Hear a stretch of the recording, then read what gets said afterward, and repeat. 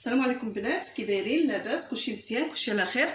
نتمنى الجميع يكون على خير وبخير. اليوم جبت لكم لي كلاص حضرتهم في المنزل بالفواكه طبيعيه وبلا ملونات ولا مواد حافظه.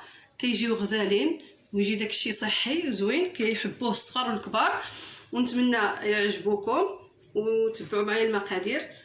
وما تنساوش ديروا لي ابوني وتشغلوا الجرس وديروا لي جيم وديروا لي كومونتير.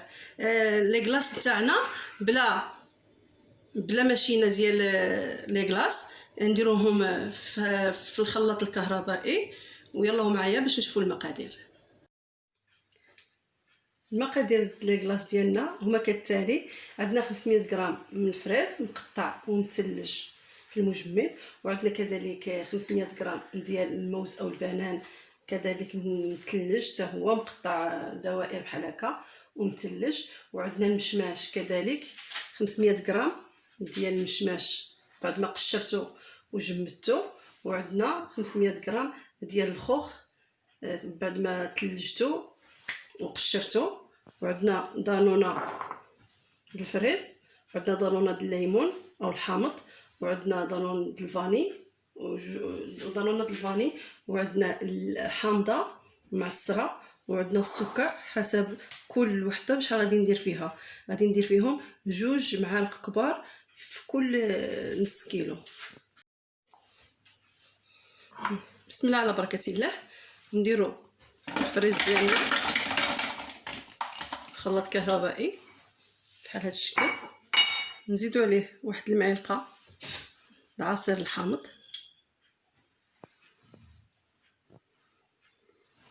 نزيدو عليها الياغورت مذاق الفريز حتى هو ثلجته،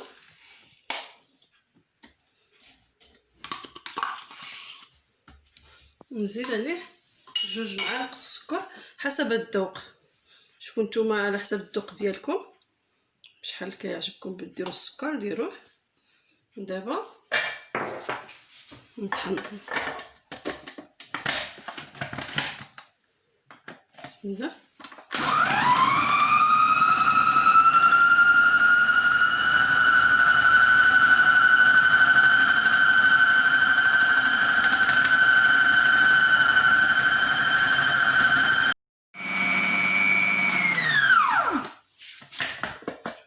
دابا البنات كما كتشوفوا يجي في هذا القوام، ها هو مثلج عاد. ودابا غادي نديروه في واحد السوبيره هكا صغيره باش نديروه في الثلاجه على حساب 5 السوايع حتى ليله كامله. ودابا غادي نمشيو باش نديرو الموز.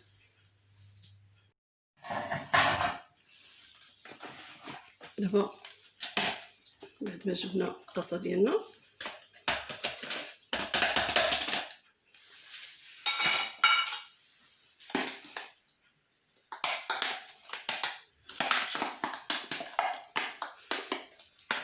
هاد البنات، الاطفال ديالكم كما قلت لكم دائما اللي ما كياكلوش الفواكه، هذا طبيعي مفيد.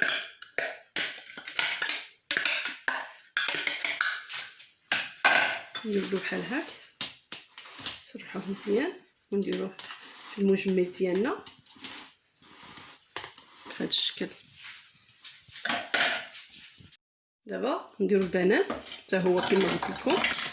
الطريقه تاع البنان البنات، انا قطعته دواور وقبضت الكارت ديال الطبخ او بابي ديال الزبده، قبضته درتو سرحته وحطيتهم حبات وخشيتهم في المجمد باش ما يتلصقوش، باش يبقاو على هاد بحال هكا.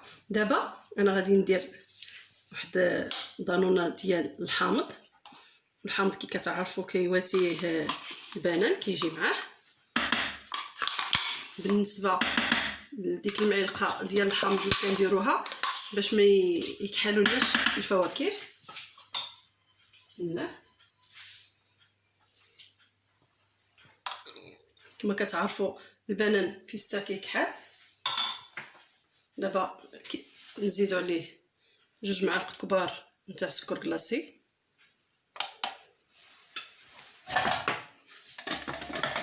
نطحنو نفس الطريقه اللي درناه للفريز نعاودو به للبنان.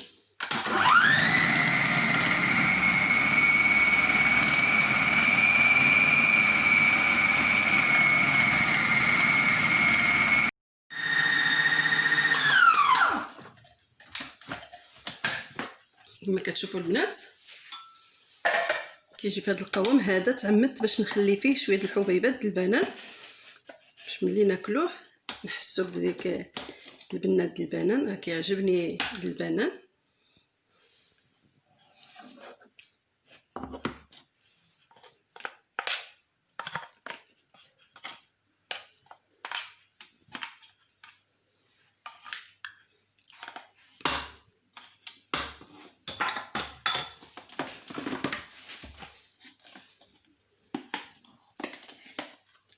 خص كلشي يكون بارد متلج باش يجيكم في هذا القوام.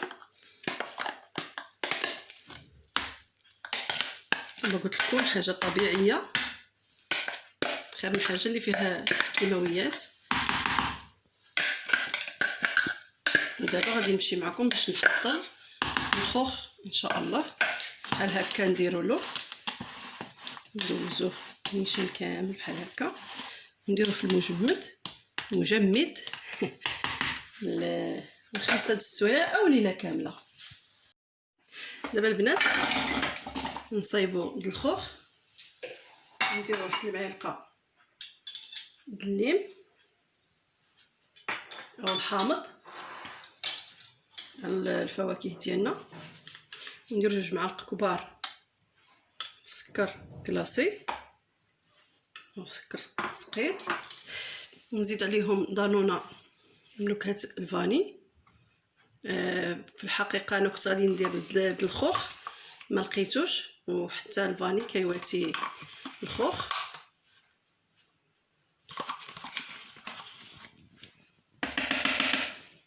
ودابا نطحنوا الجميع.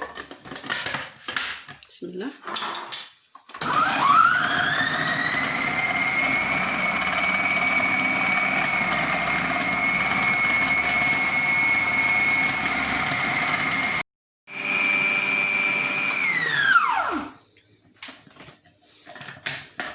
ما كتشوفوا كيجي في هذا القوام متلج.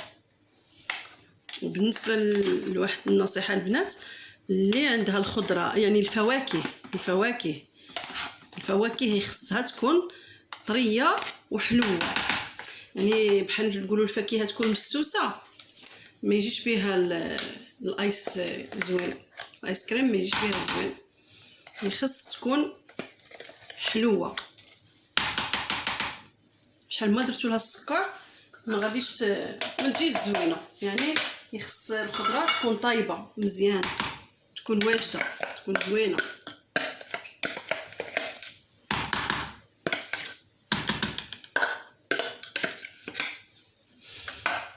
بحال هذا الشكل ديالها.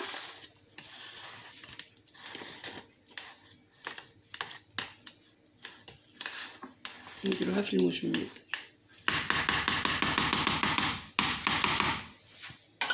دابا البنات غادي نديرو نتاع المشماش حتى هو مقشر ومقطع ومتلج. نديرو واحد الطانونه ديال الفاني كيواتي حتى هو المشماش. الا عندكم الخوخ تقدروا ديروا مع هذا الخوخ حتى هو كيجي زوين. نزيدو معلقه د الحامض.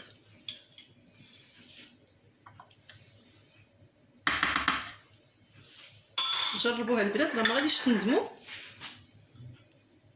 نديرو واحد 2 معالق كبار سكر كلاصي ونطحنو.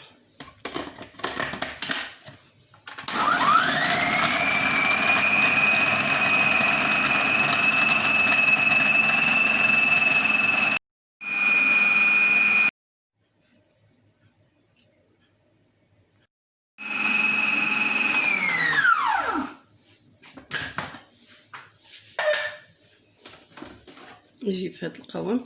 هذا البنات درنا فيه دانونه والياغورت ما جمداش، جات في هذا القوام. معليش غادي نديروها ليله كامله في المجمد وغادي تجمد. وواحد النصيحه البنات اللي ما بغاش دير دانون او الياغورت، تقدر دير لا كريم فريش، ديرو في بواطه يعني عبار ديال الياغورت، دير واحد العبار ديال الياغورت وتجمدهم في المجمد، ودير كيما انا درت دانونه. نتوما ديروا لا كريم فريش. كاين اللي ما كتبغيش دانون تقدر دير لا كريم فريش، تعبر كاس وتجمدهم وديرهم مع الفواكه ديالها، يجي زوين.